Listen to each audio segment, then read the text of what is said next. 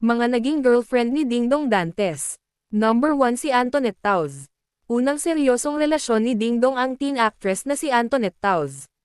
Naging couple sila ng matagal, mula 1996 hanggang Marso taong 2005.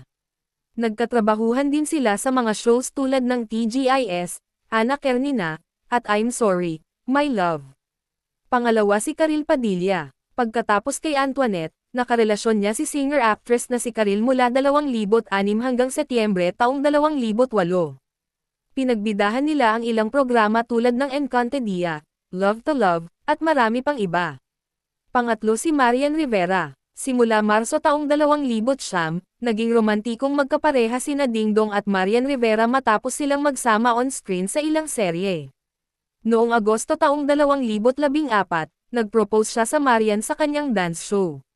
2 beses na ring nag-propose, unang beses sa Macau, pangalawa sa Live TV, bago sila nagpakasal noong ika-30 ng Disyembre taong 2014 sa Cubao Cathedral, Quezon City. Sa kasalukuyan, sila ay married na at magkasama sa 2 anak, sina Maria Letizia, ipinanganak ika-23 ng Nobyembre taong 2015, at Jose Sixto Ivy, ipinanganak ika-16 ng Abril taong 2019.